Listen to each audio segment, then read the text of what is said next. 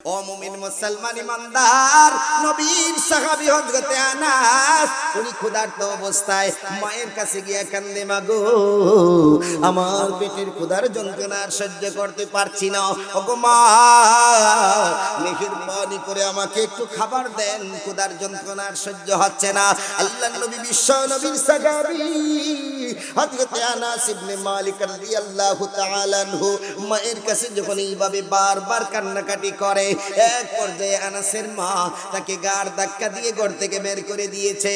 যারে বাবা, আমার ঘরের মধ্যে কোনো খাবার নাই, সন্তান যদি বারবার এইভাবে কান্দে বলেন দেখি মায়ের মনে বুঝেনি?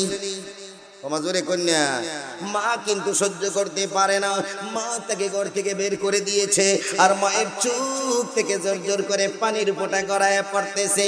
আমার মুমিন মুসলমান ভাইজান, ও সুনামগঞ্জের বাসী, একটু গভীর মনোযোগ দিয়ে শুনবেন।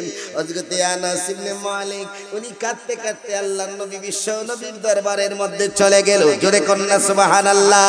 হযরত আনাস নবীজির দরবারের মধ্যে গিয়ে ঢুকছে, দুইটা নবীজি আলাইহিস সালাতু ওয়াস সালামকে সালাম জানাইয়া এই দরবারের মধ্যেই বসে পড়ল, মজলিসের মধ্যে বসে পড়ল।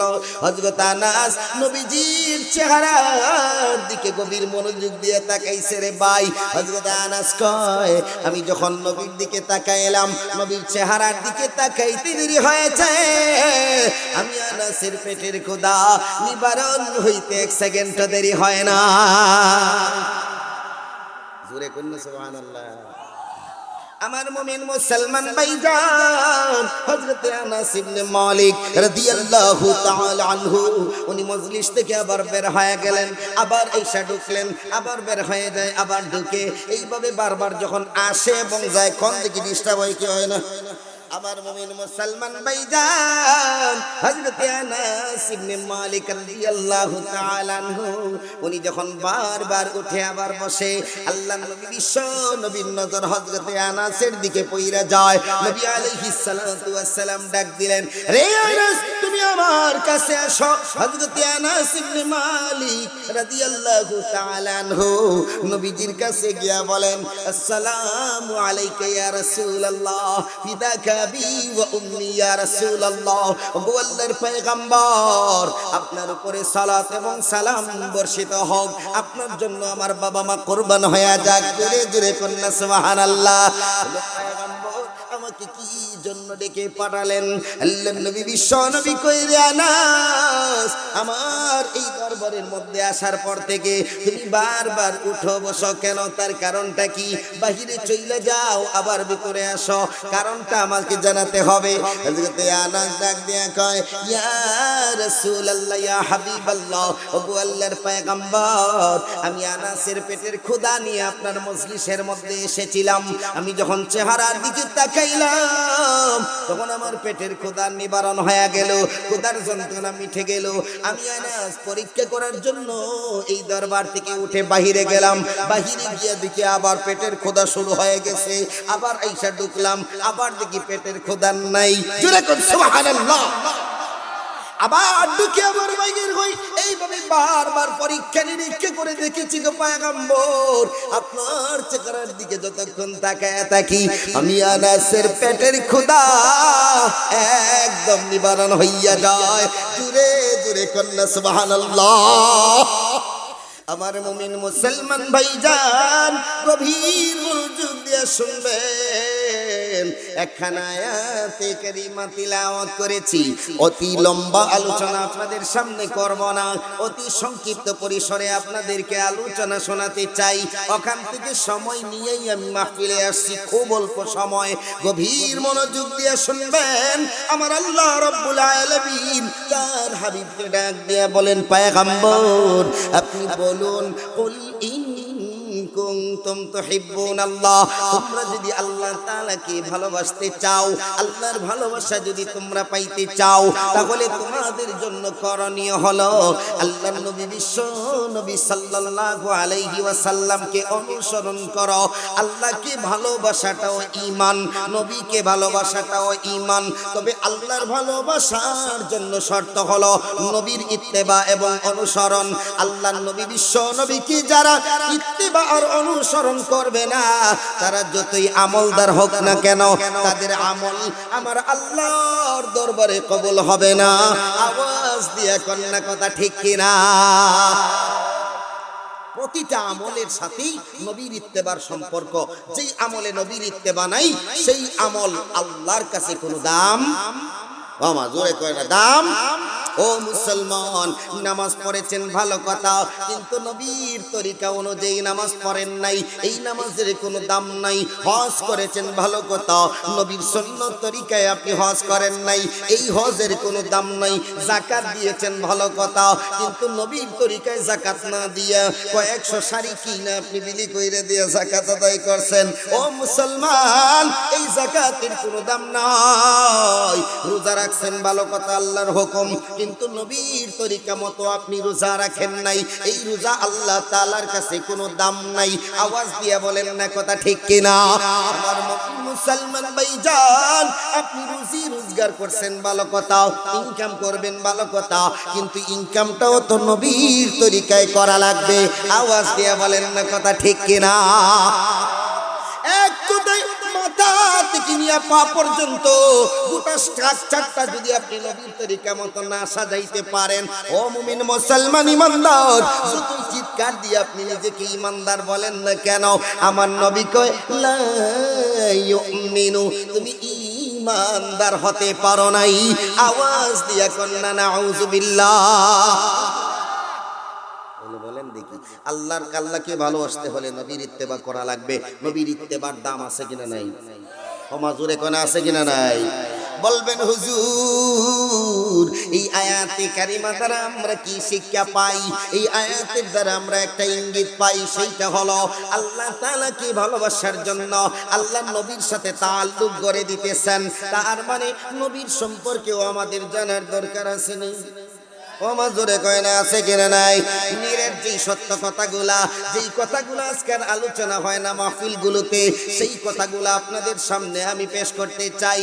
আল্লাহ নবী, বিশ্ব নবী, উম্মতের কাছে কিছু অধিকার আছে, আর নবী আলাইহিস সালাতু ওয়াস সালামের কাছেও আমাদের কিছু অধিকার আছে কিনা নাই? যেমন ভাবে মা বাবার কাছে সন্তানের অধিকার আছে, ঠিক তেমনি ভাবে সন্তানের কাছে মা বাবার অধিকার আছে। যেমন ভাবে নেতার কাছে জনগণের অধিকার আছে, ঠিক তেমনি ভাবে জনগণের কাছে নেতার অধিকার জোরে কোন আছে কিনা নাই? আছে কিনা নাই? চেয়ারম্যান সাহেবের কাছে আপনি অধিকার পান, তো আপনার কাছে কি চেয়ারম্যান সাহেব অধিকার পায় না? কথা কয় না। দুই হাত যদি না মিলে তাহলে তালি বাজবে না। দুই দিকের হক যদি আদায় না হয়, এই সমাজের মধ্যে কখনো শান্তি আসবে না। আমার মুমিন মুসলমান ভাইজান, আমার আল্লাহ তাআলা কেউ যদি কেউ মানে, আল্লাহর হক যদি কেউ আদায় করে, আল্লাহ তাআলা ও তার বান্দার হকগুলো যথাযথ আদায় করবেন। আল্লাহ ওয়াদা করেছেন, ও দুনিয়াবাসী মানুষেরা শোনো, তোমাদের জন্য আমি জান্নাত বানাইলাম। আল্লাহ তাআলা আমাদের জন্য জান্নাত বানাইছেন, ওয়াদা করেছেন আল্লাহ আমাদেরকে জান্নাত দেবেন, কিন্তু আল্লাহর হকও তো আমাদের আদায় করা লাগবে কি লাগবে না? যদি হক আদায় করেন আপনি হবেন জান্নাতি, আর যদি হক আদায় না করেন তাহলে আপনি হবেন জাহান্নামী। আল্লাহর হক যেমন পালনীয়, ঠিক তেমনি ভাবে নবীর হকের বেলায় যদি আসেন, নবী আলাইহিস সালাতু ওয়াস সালামের অধিকার আদায় করলেও আপনি হবেন জান্নাতি, নবীর অধিকার আদায় না করলে আপনি হবেন। কথা খারাপ লাগতেছে? কথা বুঝার চেষ্টা করবেন। আমরা খালি কিচ্ছা কাহিনী নিয়ে বসে থাকি। আরে ভাই, কিচ্ছা কাহিনী দিয়ে কি জান্নাতে যাওয়া যাবে না? কথা বুঝতে হবে, যা করণীয় আমাদেরকে সেটা মানতে হবে। আমার মুমিন মুসলমান ভাইজান, গভীর মনোযোগ দিয়ে শুনবেন। তাহলে নবী আলাইহিস সালাতু ওয়াস সালামের কাছে আমরা কি অধিকার পাই? এক নাম্বার অধিকার, ওগো নবী, আমরা দোয়া করি আল্লাহর নবী বিশ্ব নবীর কাছে আমাদের চাওয়া, নবী আলাইহিস সালাতু ওয়াস সালাম আমাদের জন্য সুপারিশ করবেন। নবী গুনাহগার উম্মতকে সুপারিশ কইরা আল্লাহর তৈরি জান্নাতের মধ্যে নিয়ে যাবেন। এইটা আমরা চাই কি চাই না? তোমার চায় না এমন কোন মানুষ আছে? নবীর উম্মতেরা চায় আল্লাহ নবী যাতে সুপারিশ করে জান্নাতে নিয়ে যায়। হ্যাঁ, নবী কাঁদছেন দুনিয়াতে উম্মতের জন্য এবং পরকালেও আল্লাহ নবী বিশ্ব নবী হাসরের মাঠে শুধুমাত্র ইয়া রব্বি হাবলি উম্মতি বলে কাঁদবেন। জোরে কন্যা কথা ঠিক কিনা? কিন্তু প্রশ্ন হলো মুসলমান, তুমি কি আল্লাহ নবী বিশ্ব নবীর হক আদায় করেছো? কথা বলেন না। প্রশ্নটা হইল এই জায়গায়, আমি কি হক আদায় করতে পেরেছি? নবী তো নবীর হক আদায় করেছেন। নবী দুনিয়াতেও কাঁদছেন, আখেরাতেও কাঁদবেন। তাহলে আমরা নবীর জন্য কি করলাম? তো নবীর হক নিয়ে আলোচনার দরকার আছে নি? আমার জোরে কয় না, আছে কিনা নাই? আমার মুমিন মুসলমান ভাইজান গভীর মনোযোগ দিয়ে শুনবেন। আল্লাহ নবী বিশ্ব নবীর 10টা হক মুফাসসিরিন কেরাম উল্লেখ করেছেন। জোরে কন্যা কয়টা? আরো জোরে কোন কয়টা? 10টা হকের কথা আলোচনা করেছেন। 1 নাম্বার অধিকার, আল্লাহ নবী বিশ্ব নবীর 1 নাম্বার অধিকার আল ঈমানু বিহি। 1 নাম্বার অধিকার হলো নবীর প্রতি ঈমান আনা। নবীর প্রতি যারা ঈমান আনে নাই তাদের জন্য নবী সুপারিশ করবেন না। নবীর প্রতি যাদের ঈমান নাই তাদের জন্য নবীজি হাউজে কাউসার হাতে নিয়ে দাঁড়াবেন না। নবীর হাতের হাউজে কাউসার পাবে তারা নবীর উপরে ঈমান আনবে যারা। জোরে জোরে কন্যা কথা ঠিক কিনা? নবীর উপরে ঈমান আনবেন কিভাবে? কেমন করে নবীর উপরে ঈমান আনবেন? এর তো একটা মাপকাঠি আছে। 2টা কথা বলবো, এই 2টা কথা আমল করবেন, শুরুর এবং শেষের। এর মাঝখানের কথা লম্বা, এগুলো আলোচনার মধ্যে আনবো না। 1 নাম্বার, নবীর উপরে ঈমানের রূপরেখা হবে 1 নাম্বার কাজ। 1 নাম্বার কাজ হলো আল্লাহ নবী বিশ্ব নবীকে সর্বশ্রেষ্ঠ মানতে হবে কিনা? আমার মুমিন মুসলমান ভাইজান, আল্লাহ নবী বিশ্ব নবীকে আল্লাহ তাআলার পরেই মর্যাদা দান করা হয়েছে। বাদ খুদা বুজুর্গ তো তুই কিসা মুখতাসার, এইরকম ভাবে বলা হয়। সহজ কথায় নবীর মর্যাদা আল্লাহর পরেই হইল নবীর মর্যাদা। আর সমস্ত মানুষের উপরে, এমনকি কুল কায়নাতের উপরে, ফেরেশতাদের উপরে, জিনদের উপরে, মানুষদের উপরে, তামাম মাখলুকাতের উপরে আমার নবী বিশ্ব নবীর মর্যাদা। জোরে জোরে কন্যা সুবহানাল্লাহ। খারাপ লাগতেছে আপনাদের? সহজ কথায় বেজাল নেই, এখানে দল নাই, মত নাই, মাযহাব নাই, এক কথায় শেষ। আল্লাহর পরেই সেকেন্ড অপশনে যার মর্যাদা তিনি হচ্ছেন আমার নবী। চিৎকার মেরে কন্যা কথা ঠিক কিনা? আমার মুমিন মুসলমান ভাইজান গভীর মনোযোগ দিয়ে শুনবেন। তাহলে 1 নাম্বার, আমার নবী বিশ্ব নবী মর্যাদা কেমন? আল্লাহর পরেই হইল নবীর মর্যাদা। নবী ছিলেন কেমন? আল্লাহ তাআলা স্বয়ং বলেন, ওয়ামা আরসালনাকা ইল্লা রাহমাতাল লিল আলামিন। ওগো পয়গম্বর, মক্কার কাফির এবং মুশরিকেরা আপনাকে বলে পাগল, আপনাকে বলে জাদুঘর। আমি আল্লাহ আপনাকে জাদুঘর হিসেবে দুনিয়ায় পাঠাই নাই, পাগল হিসেবে দুনিয়ার জমিনের মধ্যে পাঠাই নাই। ওগো পয়গম্বর, আমি আপনাকে দুনিয়ায় পাঠাইছি তামাম জগতের রহমত বানাইয়া। চিৎকার মেরে কন্যা সুবহানাল্লাহ। তামাম জগতের জন্য রহমত। নবী কেমন রহমত? আপনি মাথা থেকে নিয়ে পা পর্যন্ত চিন্তা করেন। নবীর ইব্রাহিম মোবারকটা ছিল উম্মতের জন্য রহমত। নবীর চক্ষুটা ছিল উম্মতের জন্য রহমত। নবীর চুল মোবারক ছিল উম্মতের জন্য রহমত। নবীর কান মোবারক ছিল উম্মতের জন্য রহমত। নবীর চেহারা মোবারক ছিল উম্মতের জন্য রহমত। নবীর এই জিহ্বাটা ছিল উম্মতের জন্য রহমত। নবীর এই থুতু মোবারকটা ছিল উম্মতের জন্য রহমত। নবীর এই গাল মোবারকটা ছিল উম্মতের জন্য রহমত। নবীর হাত মোবারকটা ছিল উম্মতের জন্য রহমত। নবীর শরীরের ঘাম মোবারকটা ছিল উম্মতের জন্য রহমত। এমনকি নবীদের পা থেকে নিয়ে মাথা পর্যন্ত যত অঙ্গ প্রত্যঙ্গ হতে পারে, গোটা অঙ্গ প্রত্যঙ্গকে আল্লাহ তাআলা রহমতের একটা ফ্যাক্টরি বানাইয়া রহমতে আলমকে আল্লাহ দুনিয়ার জমিনের মধ্যে পাঠাইছেন। জুড়ে জুড়ে ঈমানের আওয়াজে কোন সুবহানাল্লাহ। নবীর দাম আছে কিনা নাই? আমার মুমিন মুসলমান ভাইজান, তাহলে বলতে হবে আমরা রাহমাতাল লিল আলামিনের উপরে ঈমান এনেছি, যিনি হচ্ছেন তামাম জগতের জন্য রহমত। তিনি গজব হয়ে আসেন নাই, এই জন্যই তো নবী কান্দে উম্মতের জন্য। নিজে খাইছে কিনা চিন্তা নাই, উম্মত খাইলো কিনা এই চিন্তা, নিজের ব্যাপারে কোনো চিন্তা নাই। নিজের গায়ের পোশাকটা পর্যন্ত নবী খুইলা সাহাবীকে দিয়ে দিয়েছে। একটা মাত্র পোশাক নবীর কাছে চাইছে, নবী এইটাও খুইলা দিয়ে দিছে। আল্লাহ তাআলা ডাক দিয়া বলেন, পয়গম্বর লা তাজআল ইয়াদাকা মাগলুলা ইলা উনুকিকা ওয়ালা তাবসুতহা কুল্লাল বাসতি ফাতাকউদ মালুমান মাদহুরা। চিৎকার মেরে কোন আল্লাহু আকবার। আল্লাহ নবী বিশ্ব নবীকে ডাক দিয়া বলেন, আল্লাহ ওগো হাবিব, আপনার হাতটাকে একেবারে রিক্ত হস্ত বানায়েন না। আপনার যে পোশাকটা আছে এইটাও আপনি দিয়া দিলেন। আপনি কেমন গো হাবিব, এত মায়া, এত মায়া মানুষের জন্য, কেমন মায়া। এই মায়া কেনই হবে না, কারণ নবীজি তো রহমত হিসাবে আসছেন। জোরে কন্যা কথা ঠিক কিনা? খারাপ লাগতেছে? এক মিনিট শুনতে পারবেন কথা? কয়েক মিনিট। আমার মুমিন মুসলমান ভাইজান, নবী আমার রহমত কেমন রহমত, একটা एग्जांपल আপনাদেরকে দেই, তারপরে আপনারা মনে করবেন। আল্লাহর নবী বিশ্ব নবীর চেহারার দিকে যদি কোনো সাহাবী তাকাইতেন, সাথে সাথে ওই সাহাবী যদি ক্ষুধার্ত থাকতেন, নবীর দিকে তাকাইতে দেরি হতো, পেটের ক্ষুধা নিবারণ হইতে 1 সেকেন্ড দেরি হতো না। আস্তে কোন সুবহানাল্লাহ। আমার কথা বুঝতে কষ্ট হইতেছে আপনাদের? হ্যাঁ, পরিষ্কার বোঝা যায়? এ যুবকরা, নিজেদেরকে পাল্টানোর নিয়তে আজকের মাহফিল শুনেন। নিজেকে পরিবর্তন করব, নবীর আশেক বানাবো, নবী প্রেমিক হিসাবে আমি করব। রাজি আছি ইনশাআল্লাহ?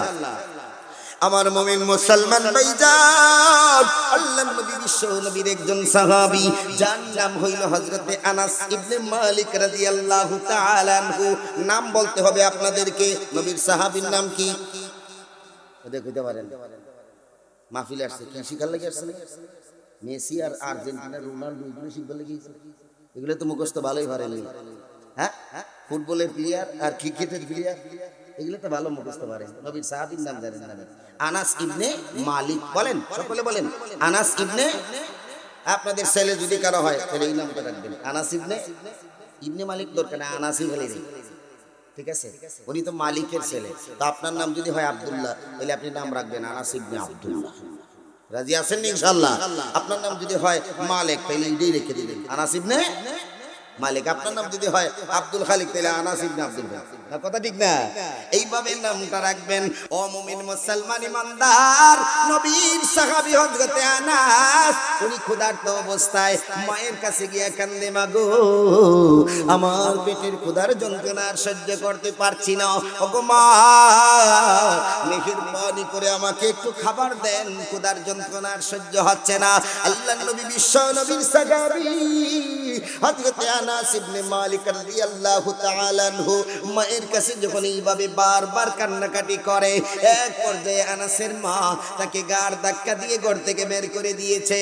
যারে বাবা, আমার ঘরের মধ্যে কোনো খাবার নাই। সন্তান যদি বারবার এইভাবে কান্দে, বলেন দেখি মায়ের মনে বুঝেনি? জোরে কন্যা, মা কিন্তু সহ্য করতে পারে না। মা তাকে ঘর থেকে বের করে দিয়েছে, আর মায়ের চোখ থেকে জোর জোর করে পানির ফোঁটা গড়ায় পড়তেছে।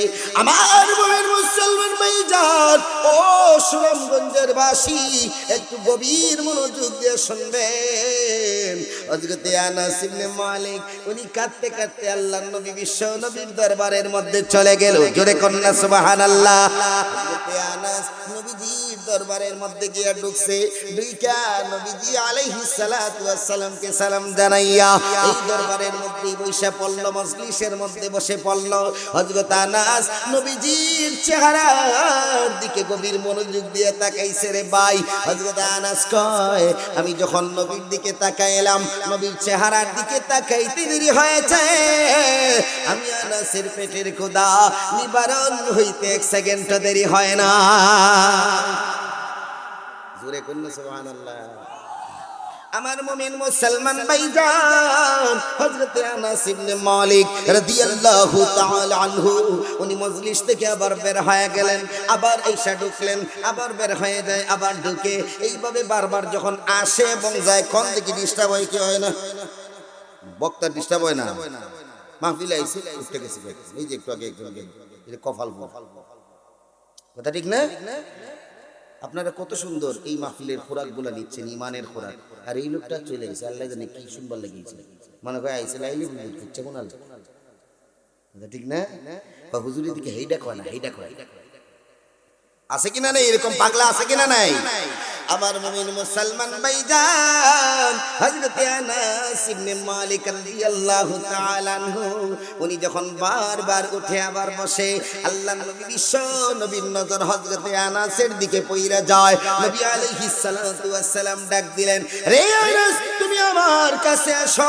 হযরত আনাস ইবনে মালিক রাদিয়াল্লাহু তাআলা আনহু নবীজির কাছে গিয়া বলেন, আসসালামু আলাইকা ইয়া রাসূলুল্লাহ, ফিদাকা আবি ওয়া উম্মি ইয়া রাসূলুল্লাহ। ওগো আল্লাহর পয়গম্বর, আপনার উপরে সালাত এবং সালাম বর্ষিত হোক, আপনার জন্য আমার বাবা মা কুরবান হয়ে যাক। জোরে জোরে কন্যা সুবহানাল্লাহ। পয়গম্বর আমাকে কি জন্য ডেকে পাঠালেন? আল্লাহর নবী বিশ্ব নবী কইরে, আনাস আমার এই দরবারের মধ্যে আসার পর থেকে তুমি বারবার উঠো বসো কেন? তার কারণটা কি? বাহিরে চলে যাও আবার ভিতরে আসো, কারণটা আমাকে জানাতে হবে। হযরত আনাস ডাক দিয়া কয়, ইয়া রাসূলুল্লাহ, ইয়া হাবিবাল্লাহ, ওগো আল্লাহর পয়গম্বর, আমি আনাসের পেটের ক্ষুধা নিয়ে আপনার মজলিসের মধ্যে এসেছিলাম। আমি যখন চেহারার দিকে তাকাইলাম তখন আমার পেটের ক্ষুধা নিবারণ হয়ে গেল, ক্ষুধার যন্ত্রণা মিটে গেল। আমি আনাস পরীক্ষা করার জন্য এই দরবার থেকে উঠে বাহিরে গেলাম, বাহিরে গিয়ে দেখি আবার পেটের ক্ষুধা শুরু হয়ে গেছে, আবার আইসা ঢুকলাম, আবার দেখি পেটের ক্ষুধা নাই। জোরে কর সুবহানাল্লাহ। আবার ঢুকে আবার বাইরের হই, এইভাবে বারবার পরীক্ষা নিরীক্ষা করে দেখেছি গো পয়গম্বর, আপনার চেহারার দিকে যতক্ষণ তাকায় থাকি আমি আনাসের পেটের ক্ষুধা একদম নিবারণ হইয়া যায়। জোরে জোরে কন্যা সুবহানাল্লাহ। কেমন নবী আমরা, হ্যাঁ? যেই নবীর চেহারার দিকে তাকাইলেই পেটের ক্ষুধা, পেটের ভুক নিবারণ হয়ে যেত। জোরে কন্যা সুবহানাল্লাহ। এই নবীজির ঘামটাও রহমত, সাহাবায়ে কেরাম আতর হিসাবে ঘামটাকে ব্যবহার করতেন। আমার মুমিন মুসলমান ভাইজান গভীর মনোযোগ দিয়ে শুনবেন, এইরকম একজন নবী পাইয়া আমরা খুশি না বেজার? ও মাজুরে কন্যা খুশি না বেজার? এই নবীকে আমরা কাছে চাই কি চাই না? নবীর শাফাত আমরা চাই কি চাই না? আমার মুসলমান ভাইজান এই নবীকে কাছে পেতে হলে, কাছে টানতে হলে আমাদের নবীর 10টা অধিকার আদায় করা লাগবে। 1 নাম্বার অধিকার, নবীর উপরে আমাদের ঈমান, ঈমানটাকে পাকাপোক্ত করবেন। কেমন ভাবে ঈমান আনবেন? আমার নবীর মর্যাদা আল্লাহর পরেই, আল্লাহর পরেই নবীর মর্যাদা, আর तमाम মাখলুকাতের উপরে হইল নবীর মর্যাদা। আল্লাহর পরে নবীর মর্যাদা, तमाम মাখলুকাতের উপরে নবীর মর্যাদা। আল্লাহ তাআলা নবীকে এমন মর্যাদা দান করেছেন, নবীকে আল্লাহ তাআলা এই দুনিয়ার জমিনের মধ্যেই বাইতুল মুকাদ্দাসের মধ্যে 2,24,000 পয়গম্বরকে হাজির কইরা সমস্ত আম্বিয়া কেরামকে মুসল্লি বানাইয়া আমার নবী বিশ্ব নবীকে দিয়ে নামাজ পড়াইছেন। আল্লাহ তাআলা ইমাম বানাইয়া প্রমাণ করে দিলেন আমার নবী বিশ্ব নবী আসছেন সকলের শেষে, কিন্তু আমার নবী বিশ্ব নবী হচ্ছেন ইমামুল মুরসালিন। চিৎকার দিয়ে কন্যা কথা ঠিক কিনা? নবী বুঝাই দিলেন সমস্ত নবীদের ইমাম যিনি, তার চাইতে উত্তম আর কেউ আছে? আর আসতে কোন আছে কিনা? কেউ নাই। তাহলে নবীর অধিকারগুলো আমাদের আদায় করা লাগবে। 1 নাম্বার অধিকার, নবীর উপরে ঈমান। আল্লাহর নবী বিশ্ব নবী হচ্ছেন সর্বশ্রেষ্ঠ, এই ঈমান আনবেন। 2 নাম্বার ঈমানের একটা ব্যাপার বলছিলাম সর্বশেষ। 2 নাম্বারটা, একটা হলো প্রথমের আর একটা হলো শেষের। নবী দুনিয়া থেকে চইলা গেছেন, বলেন দেখি কিয়ামতের আগে আর কোন নবী আসবনি? ওমা জোরে কয় না আসবনি? কেউ যদি আয়া কয় আমার কাছে আমি নবুয়তি পাইছি, আল্লাহ আমারে নবী বানাইছে, নাউজুবিল্লাহ, এই কথা যদি কয় মানবেন নি আপনারা? আমার মুমিন মুসলমান ভাই গভীর মনোযোগ দিয়ে শুনবেন। আমার নবী বিশ্ব নবী দুনিয়ার জমিনের মধ্যে থেকে যখন চইলা গেলেন, তখন অনেক মানুষেরা নবী দাবি করেছে, আমি আখেরি নবী, আমি আখেরি নবী, এইরকম ভাবে অনেকেই দাবি করেছে। এর মধ্যে সব শেষে যে নিজেকে নবী দাবি করেছে এই লোকটা হইল মির্জা গোলাম আহমদ কাদিয়ানী। চিৎকার মেরে কন্যা কথা ঠিক কিনা? নবী নবী বলেন কি, আনা খাতামুন নাবিয়িনা লা নাবিয়্যা বাদি, আমি হইলাম সর্বশেষ নবী, আমার পরে আর কোন নবী আসবে না। না, আমার পরে আর কোন নবী নাই। জোরে কোন না, কোন নবী। অনেকে ব্যাখ্যা করে এটা যে আর আসবে না। আরে আসবে কি, আবার নবীর পরে তো আর কোন নবী নাই, কথা ঠিক না?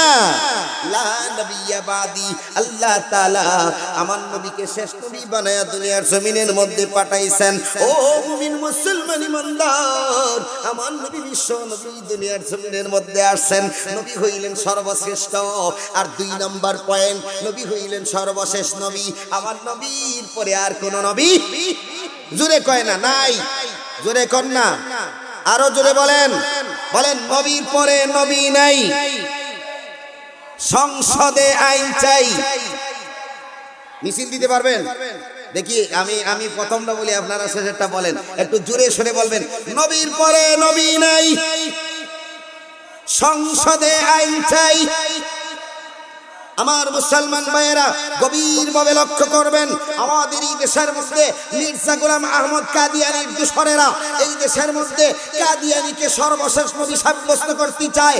এমনকি বিভিন্ন এলাকার মধ্যে, আমাদের সুনামগঞ্জের ভিতরেও অনেক এলাকার মধ্যে ঘরবাড়ি দিয়া মসজিদ প্রতিষ্ঠা কইরা তারা কাদিয়ানী মতবাদকে প্রতিষ্ঠা করতে চায়। আমরা বলতে চাই, আমরা সর্বশেষ নবী মুহাম্মদুর রাসূলুল্লাহর উম্মত। নবীর ইজ্জতের উপরে, নবীর খতমের নবুয়তের উপরে যে বাজারে আক্রমণ চালাবে, নিজের সর্বস্ব দিয়ে হলেও তাদেরকে প্রতিহত করব। শেষ রক্তবিন্দু দিয়ে হলেও নবীর ইজ্জতের গায়ে একটু কালিমা লেপন করতে দেওয়া হবে না। চিৎকার দিয়ে বলেন না, কথা ঠিক কিনা?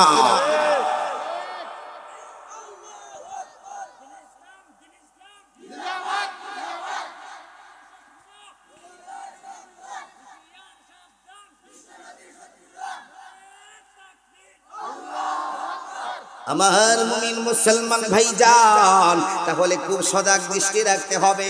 আমার নবীর উপরে আমি ঈমান এনেছি, নবী হচ্ছেন সর্বশেষ নবী। আমার নবীর পরে আর কোন নবী, ও বাজরে কন্যা, নবীর পরে আর কোন নবী নাই। যতই মিষ্টির ভিতরে আমাদেরকে বিষ ঢুকাইয়া দেখ না কেন, কোটি কোটি টাকা দিয়ে আমাদেরকে বোঝাক না কেন, আমরা নবীর পরে আর কোন নবীকে মানতে চাই।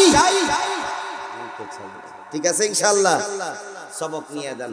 এবার আসেন আমি অন্য পয়েন্টে চইলা যাই। তাইলে নবীর উপরে ঈমান আনা, এইটা হচ্ছে নবীজির 1 নাম্বার অধিকার। কয় নাম্বার অধিকার?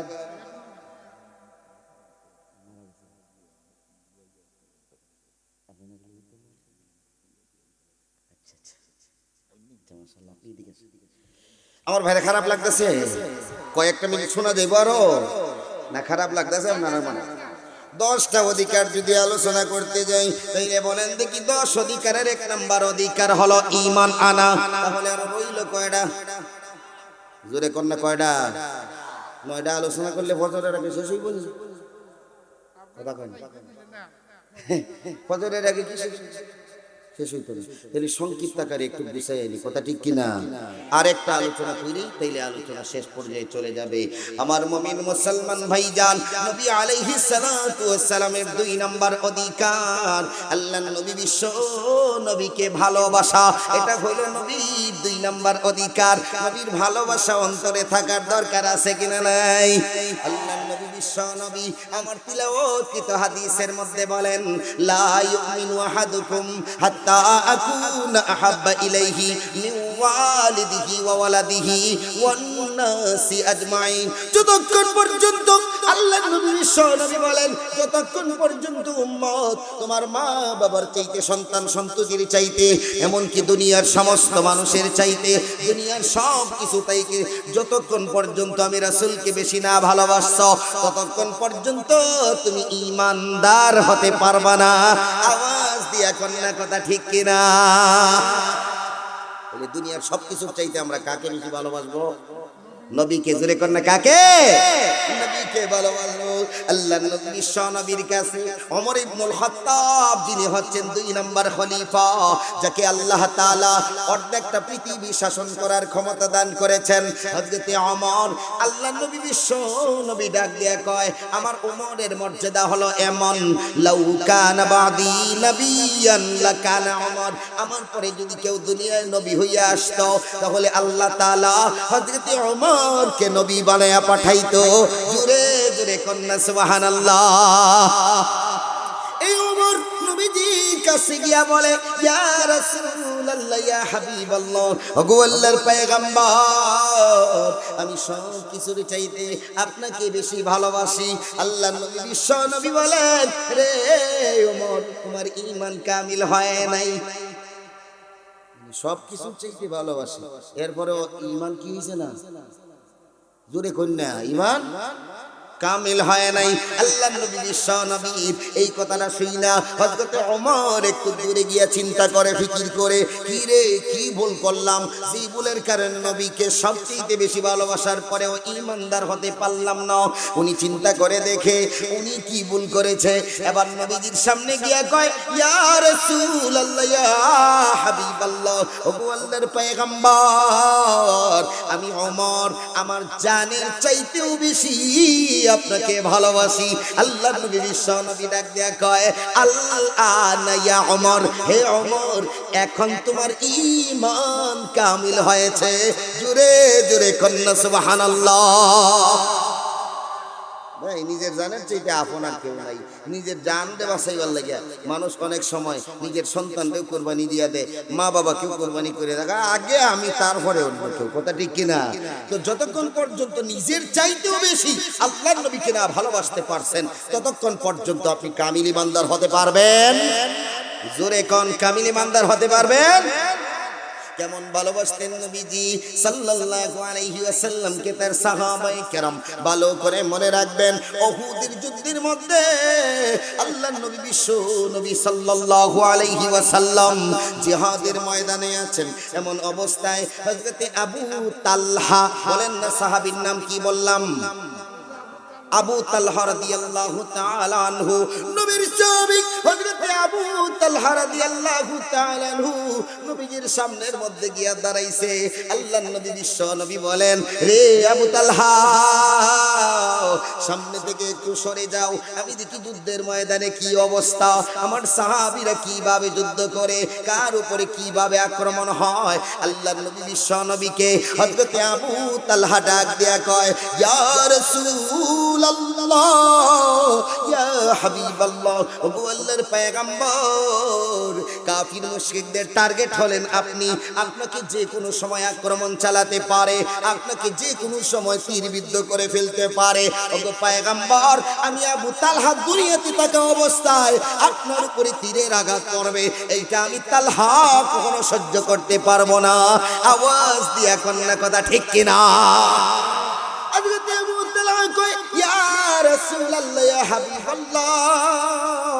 আমি চাই কাফেরদের মধ্য থেকে যদি কোনো তীর আসে, তাহলে সেই তীরটা যেন আপনি রাসূলের বুকের মধ্যে যাওয়ার আগে আমি আবু তালহার সিনাটা 2 পার করে দে। জোরে জোরে কন্যা সুবহানাল্লাহ। এইভাবে ভালোবাসতেন মিয়া নবীজিকে। এটা হলো ঈমান। খারাপ লাগতেছে আপনাদের? আমার মুসলমান ভাইজান, ও পর্দার অন্তরালের মা বোনেরা, লক্ষ্য করিয়া শুনবেন, হযরত তালহা রাদিয়াল্লাহু তাআলা আনহু এইভাবে নবীকে ভালোবাসতেন। আর একজন সাহাবী উহুদের যুদ্ধের ময়দানেই কিন্তু নবীজির দান শহীদ হয়েছিল। কথা ঠিক কিনা? দান শহীদ হয়েছিল না?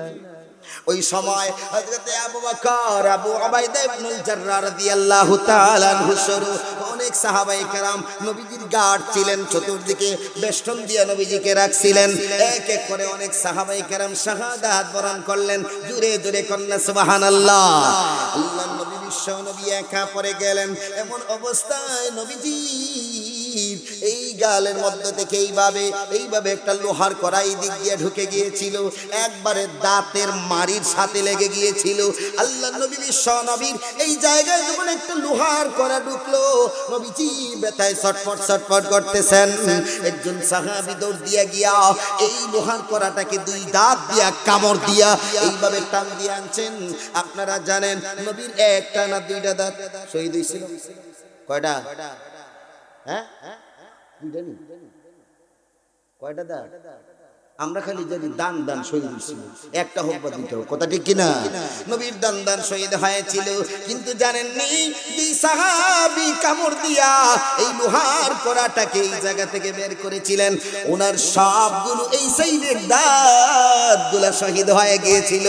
জোরে জোরে কন্যা সুবহানাল্লাহ। সাহাবীর সবগুলা দাঁত গেছে, কামড় দিয়ে যাচ্ছে, লোহার করার মধ্যে কামড় দিয়ে আনছে, সাহাবীর দাঁত গেছে গা। এমন অবস্থায় নবীজির চেহারা মুবারক থেকে রক্তগুলা ঝরঝর করে পড়ছে।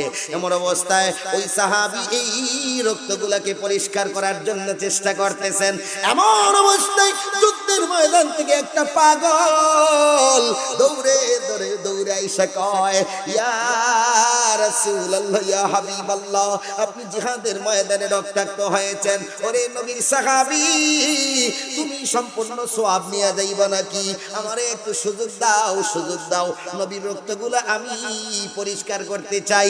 এই সাহাবীর নাম হইল মালিক ইবনে সিনান। জোরে কইনা, নাম কি বললাম? মালিক ইবনে।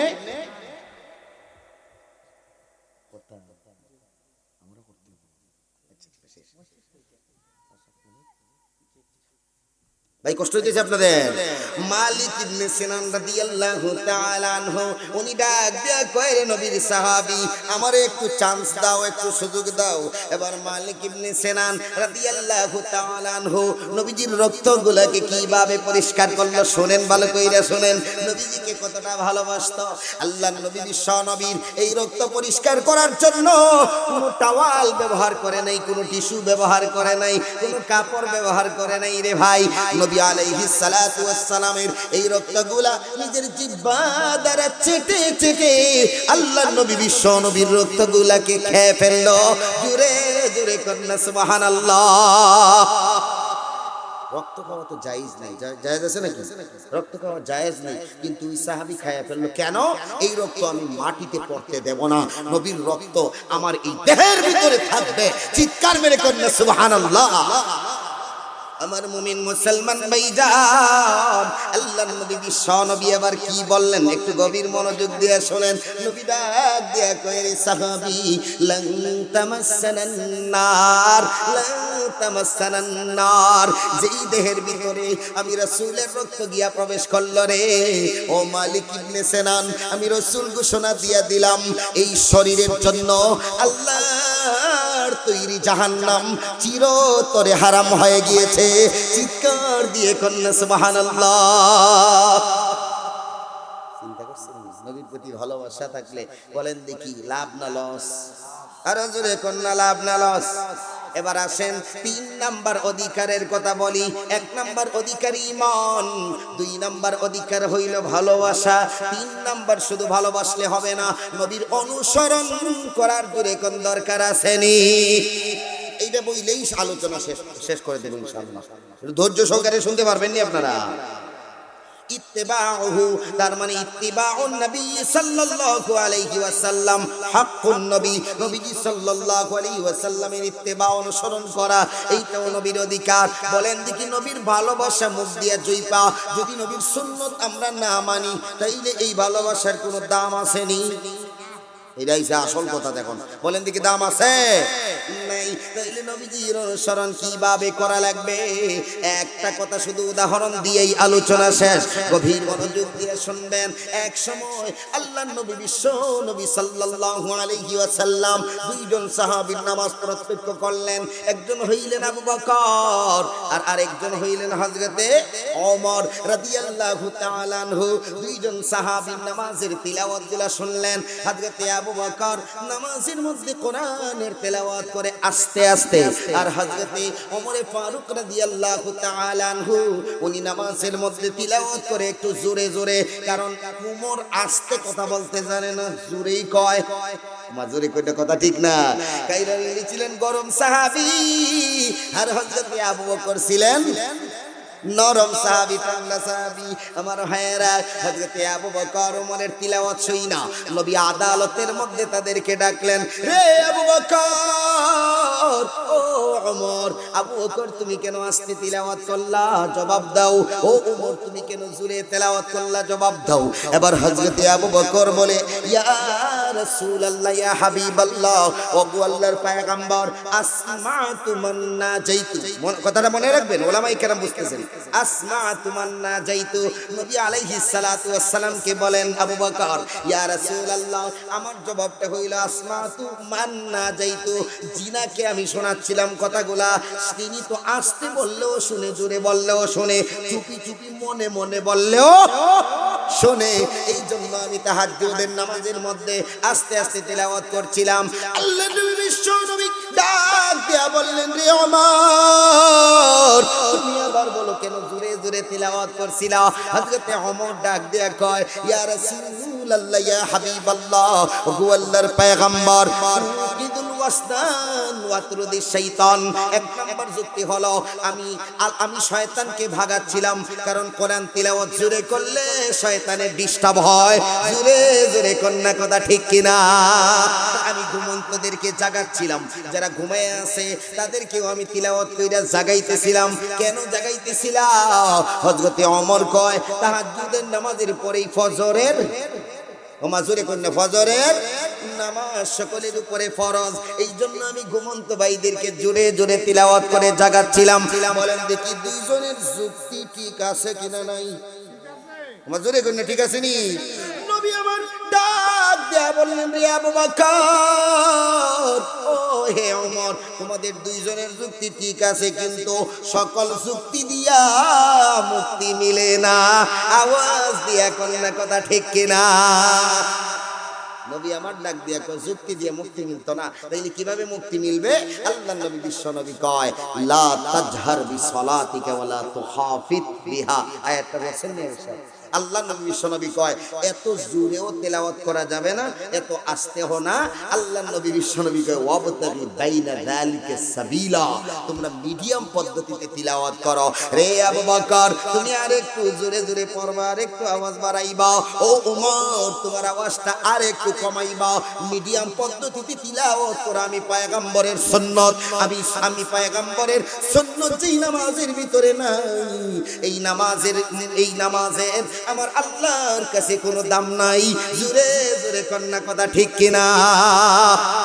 একটা উদাহরণ দিলাম, যেই উম্মত নামাজ পড়বে কিন্তু নবীর সুন্নত তরিকায় পড়বে না, যেই উম্মত হজ করবে কিন্তু নবীর সুন্নত তরিকায় করবে না, যেই উম্মত রোজা রাখবে কিন্তু নবীর সুন্নত তরিকায় রাখবে না, যেই উম্মত যাকাত আদায় করবে কিন্তু নবীর সুন্নত তরিকায় যাকাত আদায় করবে না, যেই উম্মত রাজনীতি করবে কিন্তু নবীর সুন্নত তরিকায় রাজনীতি করবে না, তাদের রাজনীতি তাদেরকে জাহান্নামের আগুন থেকে বাঁচাতে পারবে না। চিৎকার মেরে কন্যা কথা ঠিক কিনা?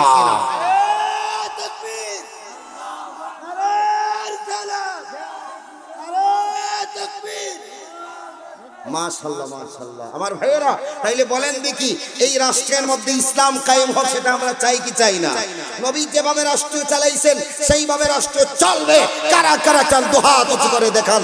আল্লাহকে সাক্ষী রেখে দেখাতে হবে, মুসলমান আগামী দিন হবে এইটা ইসলামের বাংলাদেশ, আগামী বাংলাদেশ এটা মুসলমানদের বাংলাদেশ, আগামী বাংলাদেশ কোরআনের বাংলাদেশ, আগামী বাংলাদেশ বিশ্বনবীর সুন্নাত তরিকার বাংলাদেশ। চিৎকার মেরে কন্যা কথা ঠিক কিনা? এই দেশে আর কোন নবীর দুশমনদেরকে ঠাই দেওয়া হবে না। নবীর সাথে দুশমনি কইরা কেউ কোনোদিন এই দেশে আর বসবাস করতে পারবে না।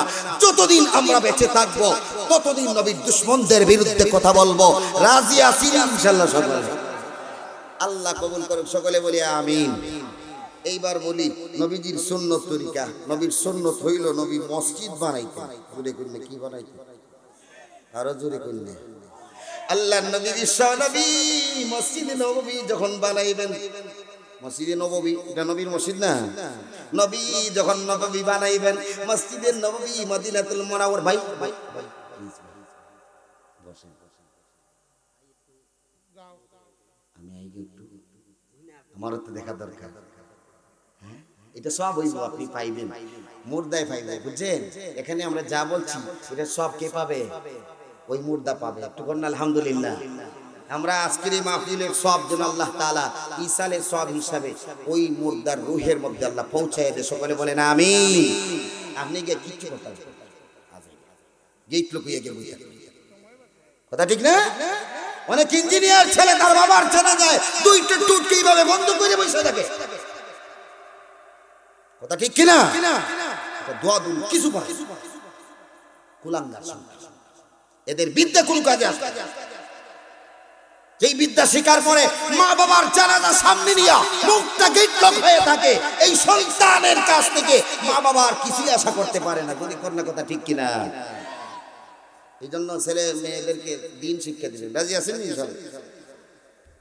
আবার মুসলমান ভাইজান, সর্বশেষ কথা, নবী মসজিদে নববী বানাইবেন। আল্লাহ নবী বিশ্ব নবী ডাক দিয়ে কয় ফরহামিল আনসার ওয়াল মুহাজিরা।